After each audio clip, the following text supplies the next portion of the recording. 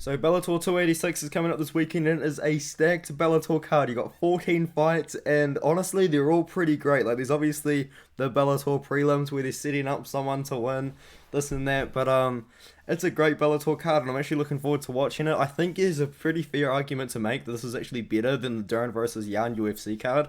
Because that card honestly isn't that great. About half the roster on that Dern versus Yan card is over the age of 35 or fighting for their spot on the roster. You know, with Bellator MMA, they've got AJ McKee, not even in the main event. Aaron Pico, Yuan Archuleta as well. Islam Mamedov on there. Max Rochkov, I believe he's making his Bellator debut, if I'm not mistaken. So this is a really good card.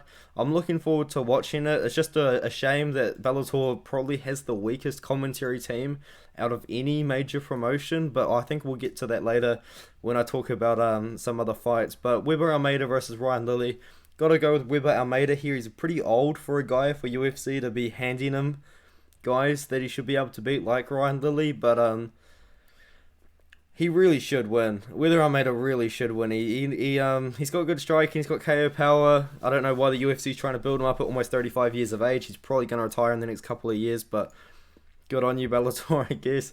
Bobby Cerrone III, another guy that Bellator, is going to be trying to build up. He's 24 years old, 2-0 as a pro, 4-0 as an amateur. Good striking, really good striking, actually. And he should be able to beat Miguel Pinebert, who was 1-1 as a pro, but he did have one amateur fight. I think that Bobby Cerrone III is the guy that Bellator wants to win, so I'm going to have to go with him. And I will pick him to win by decision. Mostly contested on the feet is how I'm expecting it to go.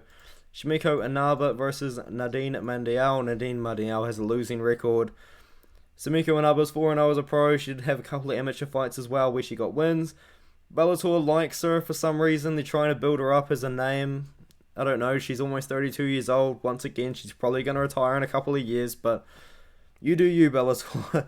You do you. She should win this fight. I don't know if she gets a finish. Mandial wasn't really losing by finish all that much, but I guess she's actually 4-0 with 4 finishes. So Inaba should be able to finish a girl that's 2-5, like surely, right? Now Lance Gibson Jr. versus Dominic Clark. I'm pretty confident in Lance Gibson Jr. 6-0 as a pro. Recently has been beating guys that are quite good. 9-0 Dung, 4-2, underrated fighter in my opinion. 6-2. I mean, early on in his career, he wasn't fighting the best competition, but that is what it is. Dominic Clark is 37 years old at 155 pounds. 15-2. Recently got knocked out by Adam Asenza, I believe. I'm not 100% sure, but I believe Adam Asenza fought Josh Wick. Adam Asenza, I think, was Josh Wick's most recent fight, who recently lost on Dana White's Contender Series. That's not a good-looking loss. Gibson Jr. should get a finish here. He does have good wrestling. He's got good grounding pound. I think that's probably how he gets it done. JJ Wilson from New Zealand. If you don't know, I'm from New Zealand. I picked JJ Wilson to beat Gadze Rabadanov. It wasn't JJ Wilson's night. It just wasn't. You know, he's moving up to 155. He fought his whole career at 145. And he struggled to make the weight. Absolutely struggled to make the weight. I think he's taken more time now to get back into the weight class at 155. And he's taken on Vladimir Tokov, who he should beat. Honestly, Tokov's pretty good. But JJ Wilson has proven a little bit more to me at the Bellator level, in my opinion. So I'm just going to go with him for that reason. I think it goes the distance. Wilson should win. Like he should win, but he's an underdog. I'm not the best with Bellator underdogs, but I did get a really good Bellator underdog last week, whose name I've forgotten. But Keone Diggs, almost 36 years old, once again a guy that the Bellator is probably setting up for a win here against Ricardo Seixas. So it's 9-3. Those 3 losses are all by KO. Got knocked out by Christian Aguilera on LFA. Got knocked out by Jacob Rosales in the LFA. Got knocked out by Mando Nello at Bellator. And now he's fighting Keone Diggs, a guy that does have KO power. He hasn't got a KO in a long time. In fact, has he even gotten a KO in his career? I feel like I've seen Keone Diggs be hitting hard before. Am I an idiot? He's got 1 KO win on his record. Okay. Okay. I'm an idiot. I feel like I thought I'd seen Keone Diggs get a KO before. But Seixas has only ever lost by KO. Maybe Diggs can gun that with a KO. I don't know why he's so hyped up in the Bellator cage if he's never got a KO in Bellator. But it is what it is. Good for him, I guess. Now, Khalid Murtalaziev recently fought in Bellator, lost to Anthony Adams, and he has fought, obviously, in the past. Fought in UFC. And then never fought in UFC again. I should have researched that and find out what was going on there. But yeah, Bastayev got knocked out by Phil Hawes, and then as Bellator does, Bellator picks up a lot of guys from Dana White's Contender Series. Even if they lose or if they win and then don't get signed, Bellator does scoop them up. Like, I think Bellator watches those Dana White's Contender Series with intentions of potentially signing some of them of their own. I think Ratalaziev really should win this matchup, though. I don't know what that UFC situation was. I don't know why I didn't even research that, but I'm a bit of an idiot sometimes. Now, CJ Hamilton, I haven't seen CJ Hamilton look incredible recently. He lost by KO to Mateus Matos. He lost to Magomedov, but you're not going to look amazing against Magomedov. And before that, he wasn't fighting. He wasn't fighting in Bellator. You know, he's 0-2 in Bellator right now, fighting an undefeated guy. Richard Palencia, almost 33 years old. What is Bellator doing building up these old prospects, man? Like, it's too late, man. That is what it is. He lost to Jimmy Flick as well by submission, who's actually coming out of retirement at the start of next year, sorry. Palencia really should win this matchup. He's undefeated. I haven't seen CJ Hamilton look incredible, but what is Bellator doing trying to build up a 33-year-old bantamweight? Like, that guy's going to retire in 2 years, you know what I mean? Max Rochkoff versus Mike Hamill, actually a pretty good fight, and I'm picking Max Rochkoff by submission here. I believe most of Tapology has him by decision. Y'all must have forgotten before he had that somewhat embarrassing performance against Austin Hubbard. This guy was on a 5-fight first-round submission streak. He's got amazing jiu-jitsu. I actually thought that Max Rochkoff was going to make a big comeback and end up in the UFC again and kind of prove something against Dana White, because he did retire on the stool. He'd never been out of the first round before. Retired on the stool. Was somewhat of an embarrassing moment for him, because he did make headlines all around the world, and it wasn't that great. Like, they put a little bit too much light on that situation. But he's come back, got a couple of wins, should beat Mike Hamill by submission. I think he's going to get a good win in Bellator. Good for him. And I think he's the underdog as well. Am I correct in saying that? He's a very slight underdog here. Yeah. Oh no, he's a slight favourite. I lied to you guys, sorry. Islam Mamedov versus Nick Brown. Islam Mamedov got robbed by Benson Henderson. I'm just going to say that.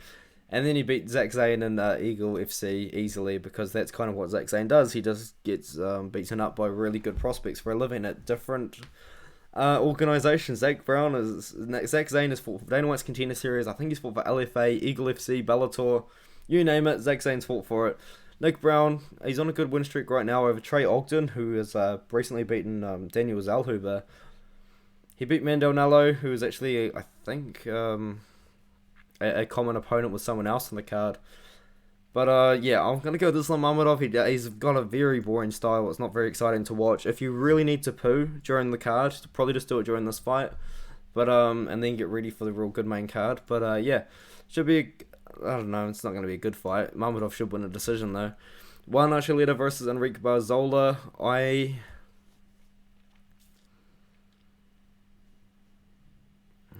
didn't think about this very well. I'm going to go with Enrique Barzola. I didn't actually mind too much how he was looking against Magomedov. Like, he was kind of losing the fight, and he did get submitted, obviously, with a guillotine, but he wasn't looking that bad, you know. Juan Archuleta, he hasn't won in 2 years, you know, and I guess the win over Patchy Mitch was okay. But I'm going to go with Barzola by decision here. It was not something I really thought about with what side I was going to go with. I'm going to go with Barzola. Aaron Pico versus Jeremy Kennedy. Aaron Pico really should win this fight. I mean, he's 10-3, which you look at that on paper is not the best record in the world. But this guy debuted against someone that was 8-2. You know what I mean? And he did get guillotined very early on. But he has fought his whole career against great competition. He was 0-1 when he fought a 7-3 Justin Lin. And he was a -800 favourite against him. Like, what? Like, this guy, like, he was just thrown in the deep end, honestly, in his career. I guess maybe you could question his chin. He's been KO'd twice early on in his career. But, yeah, Bellator didn't do themselves any favours with this one. Bellator really should have had him debut against, like, another guy that was, like, 1-0, 2-0, and just built their record up. Like, he was 4-1, fighting 16-3 Henry Corrales, and then he was 4-2, fighting 12-0 Adam Borics. Bellator did themselves no favourites building up Aaron Pico. No favors, I mean, sorry. So, yeah, I don't know. I like Aaron Pico as a prospect. He's really good. He kind of mixes up everything well because he's obviously got that crazy background in hand creation. I think he's got a crazy background in everything, like wrestling, jiu-jitsu, kickboxing, you name it. Aaron Pico's probably got some sort of insane pedigree in it. But Pico should win this matchup here. He did finish Adley Edwards, who took the fight on very short notice in his last one, which I guess is pretty good. But moving on. Okay, now this fight here, John McCarthy is going to annoy me so much in this fight, honestly. So, I'm picking AJ McKee Jr. He should win the matchup, but here's the thing. If AJ McKee Jr. looks really good against Spike Carlisle, I guarantee you this, the commentary team, in particular, John McCarthy, is going to say, that's a really good win over someone that looks really good in the UFC. You know, as if, like, Spike Carlisle didn't get cut from the UFC, because this is what they do. The commentary team in Bellator is so biased, they always run down the UFC. If they're talking about a former UFC fighter coming into Bellator and losing, if they're talking about a Bellator fighter fighting a former UFC fighter and the Bellator fighter wins, they go, that's another win that we've got over the UFC. Like, it's just like, what? You know? It's just weird. It's just weird and it's annoying. It's just John McCarthy, like John McCarthy, mate. What?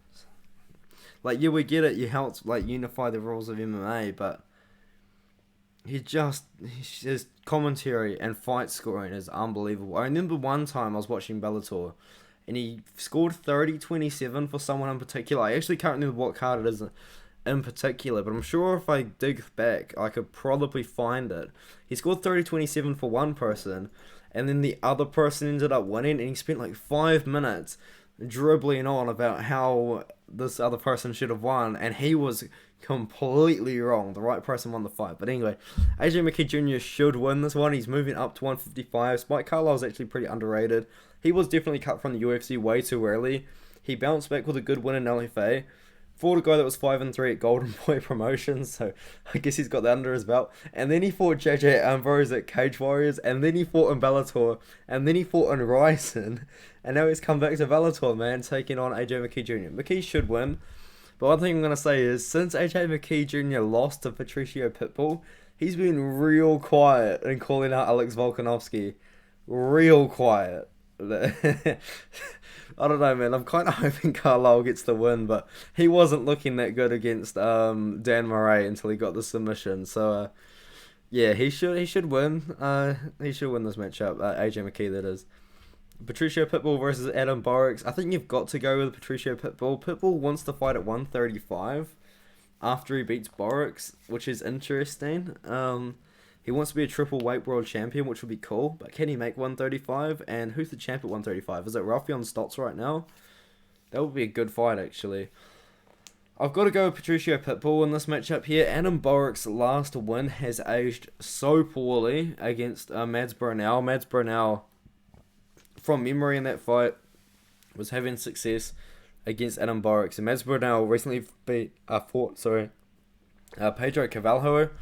12-6 fighter, you know, but it was 12-6 against good competition, but still, and he looks terrible, man. And Adam Borics, like, it was a competitive fight, and a competitive fight with Mads Burnell right now does not look good, especially when you're fighting Pitbull. So I'm gonna go with Pitbull, mainly for that reason. Is Borics' performance over Burnell, it hasn't aged well. It hasn't aged well at all. So I've got to go with Pitbull here. More proven fighter. He's been in Bellator for so long. And I guarantee you, UFC have probably been trying to get this guy for quite a while. And he just never folded, man. He's been fighting for Bellator since 2010. Like, that is insane. Like, what was his record? 12-0 at the time? 12-0 at the time. He fought in Bellator, and he has now since had, what is that, 16 fights? No, 20. What is my maths? Oh my god. 26 fights since then. Why is my math so bad? 26 fights for Bellator. I'm rambling now. I've got the blinks. I've got the CTE blinks, even though I don't. But yeah, that's the end of the video. That was so sloppy. I'm sorry, guys, towards the end. But thanks for watching. I do appreciate it. I'm looking forward to this card. It's gonna be a good one. a little rant about John McCarthy because his commentary is so bad, and we just got to bring it up. It's so terrible. And I've never seen anyone say anything nice about John McCarthy's commentary as well. I'll say that too. I don't follow many people on Twitter, but like the 10 people that I do follow on Twitter all have something to say when John McCarthy's speaking on Bellator, and it's not positive news. But yeah, I'll leave you to it. Yeah, thanks for watching. I appreciate it.